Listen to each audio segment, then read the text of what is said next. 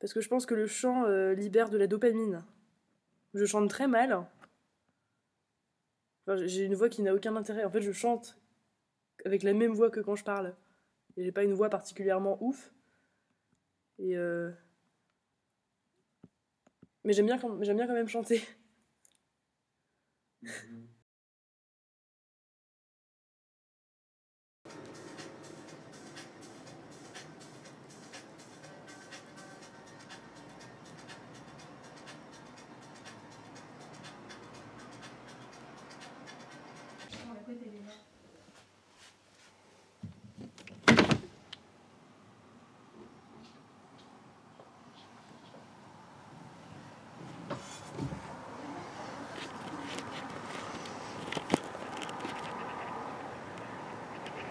Nous sommes le samedi 24 octobre 2015, il est 20h, je viens d'arriver chez moi à Dijon, enfin plutôt chez ma mère, et je filme depuis la fenêtre de la chambre de mon enfance.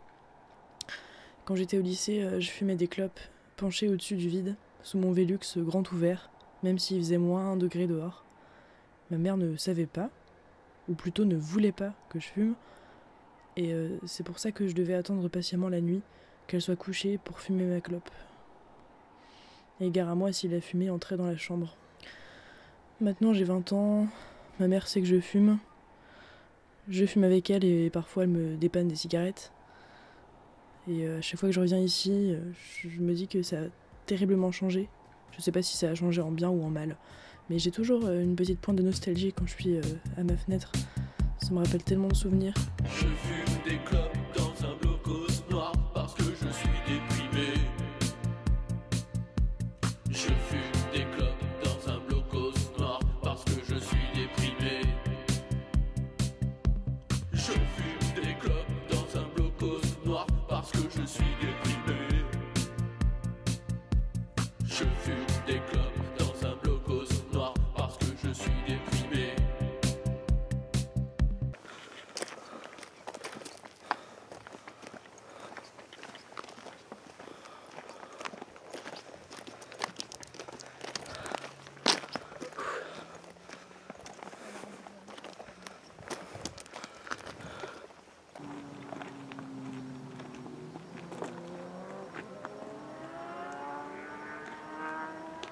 Enfin, moi j'aimerais bien habiter là.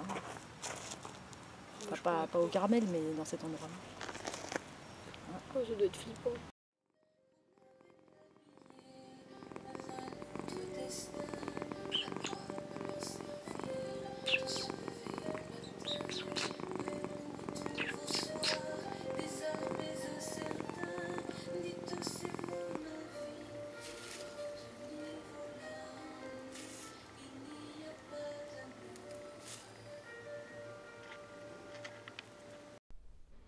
On est le 25 octobre et je vais 3 jours chez mes grands-parents avec ma mère et ma sœur. C'est ce qui fonde l'identité de chacun. Enfin... Qu'est-ce que tu veux que je fasse, moi? Non, mais je vous dis pas. Non, je suis pas. Je suis pas en train de vous dire ça. Dire ma frangine, voilà. Ce qui me dérange, c'est quand vous dites que tout ça, c'est des conneries. Je veux dire, la souffrance des gens, c'est que des trucs comme ça. La souffrance des gens, c'est que des histoires comme ça. Écoute, moi je vais te dire, quand la sœur à Roland maintenant,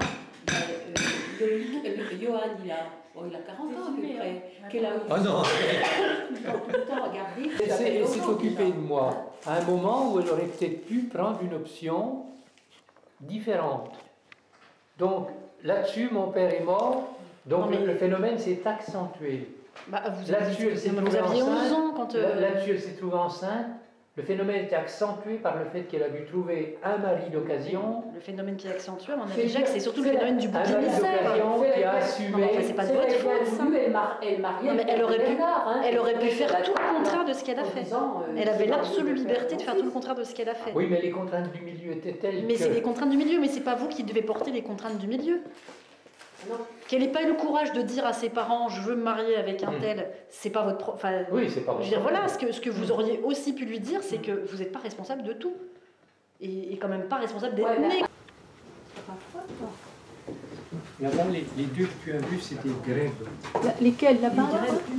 C'est des grèves du thé. Non, non. C'est gros devant là-bas? T'en as un couple de grèves. là-bas.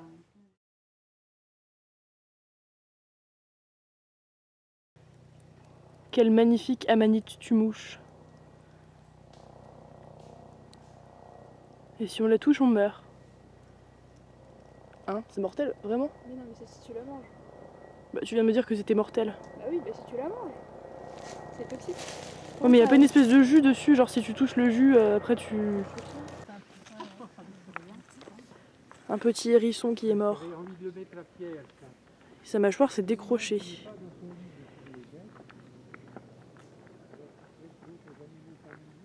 Vous n'imaginez pas l'odeur qui flotte dans les airs actuellement, c'est horrible, ça pue la charogne.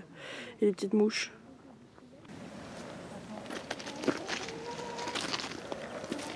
Ses yeux, c'est dégueulasse quoi. Oh.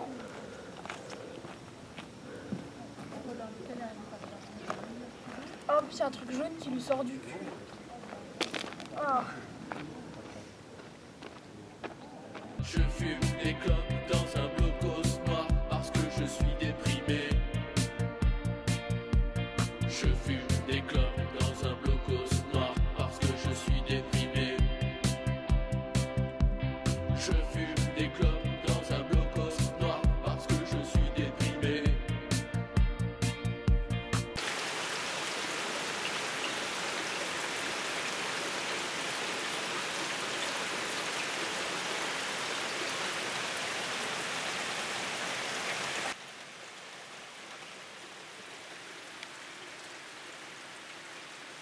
T'es ronchon aujourd'hui. Hein? T'es ronchon aujourd'hui. Pas du tout. C'est ça, oui. Je te connais un peu quand même. Qu'est-ce que tu trafiques? Ben, je prépare parce que j'ai un truc ce soir. Encore?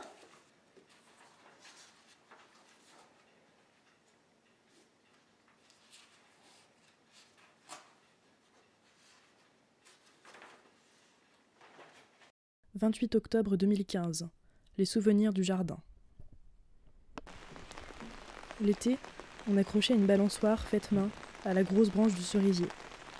Ma grand-mère nous lisait un livre sur la mythologie grecque, à l'ombre de cet arbre, quand il faisait chaud le soir, et notamment pendant la canicule de 2003.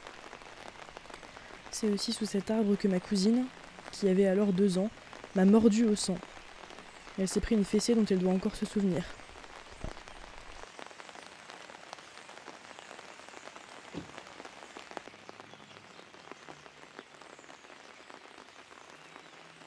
Le puits du potager. Avec mon frère Louis, on aimait bien tirer l'eau et remplir l'arrosoir. Souvent, mes parents nous demandaient de poser pour une photo avec l'argentique de mon père, celui que j'utilise aujourd'hui dans mes études en école d'art. Un rétinette des années 60.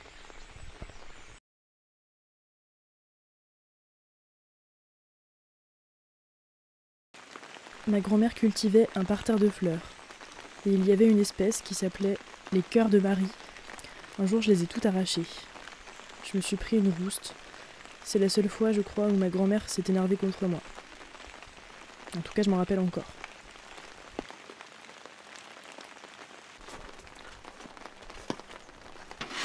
On faisait souvent des cabanes ici. On accrochait des draps au fil avec des pinces à linge. Et ici, il y a le caboulot qui contient la fosse septique. Mon grand-père nous disait tout le temps que si on faisait les marioles, on serait enfermé là-dedans avec du paracis et une gamelle d'eau croupie. C'est un truc qui m'a toujours assez effrayée. Je croyais vraiment que c'est ce qu'il allait faire si j'étais pas sage.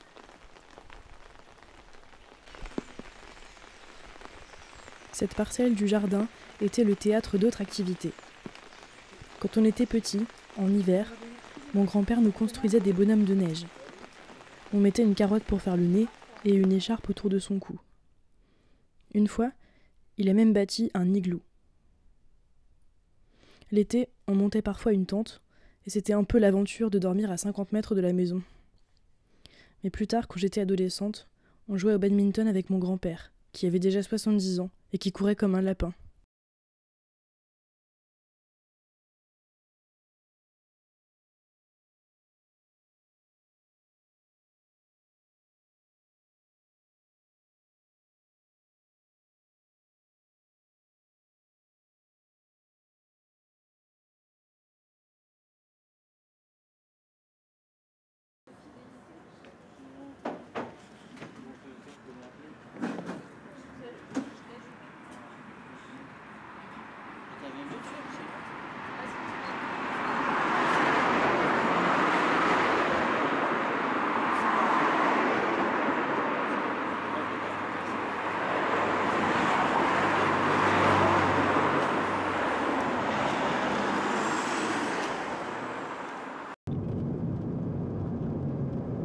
Samedi 31 octobre.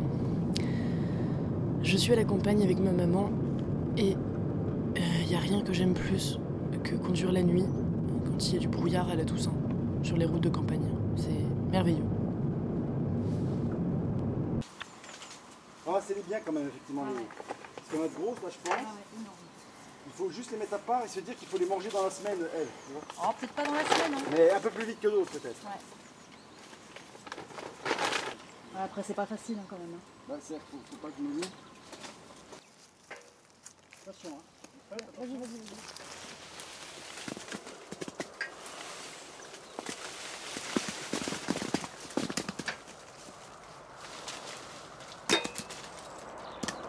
J'ai parlé précédemment de mon grand-père paternel et aujourd'hui je vais voir mon grand-père maternel au cimetière.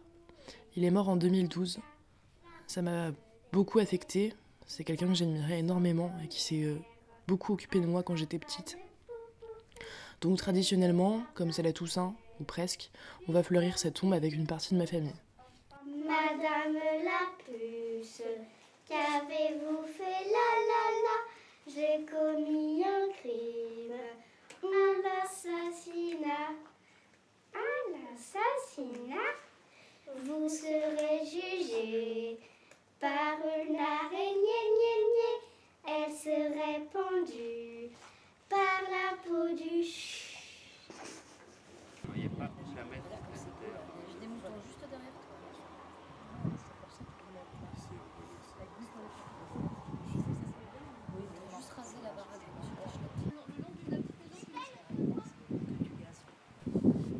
Donc je suis devant sa tombe avec les autres, et pourtant c'est impossible pour moi de me dire que mon grand-père est là-dessous.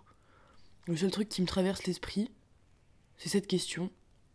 À quel stade de décomposition est son corps? À un moment, j'ai un peu envie de pleurer, mais ça sort pas, comme si j'avais déjà assez pleuré quand il est mort. Oui, et puis il y a beaucoup d'arbres. Là, ça manque un peu d'ombre. L'été, c'est calme. Il y a aussi mon petit cousin Antoine, qui a 5 ans. Tout à l'heure, en arrivant dans le cimetière, je lui ai montré la tombe d'un autre Antoine, mort en 1980. Et mon petit cousin, il a ouvert des yeux énormes. Pour lui, c'était inenvisageable et incompréhensible qu'il y ait un autre Antoine mort là-dessous. Et là, ça fait plusieurs minutes qu'il est assis à côté de la tombe en question, et il a l'air un peu troublé. C'est quoi? Ça veut dire quoi? Ils font des campagnes comme ça, tous les je sais pas combien. Parce qu'en fait, il se passe quoi exactement? Les gens payent plus, c'est ça? C'est-à-dire qu'en fait, la concession est arrivée en fin de... Ouais, c'est ça, ils payent pas. Non, Comment tu peux expliquer à un enfant ce qu'est la mort et cette pratique, qui selon moi est tordue, consistant à archiver les corps dans des boîtes, qu'on va ensuite couvrir de fleurs une fois par an?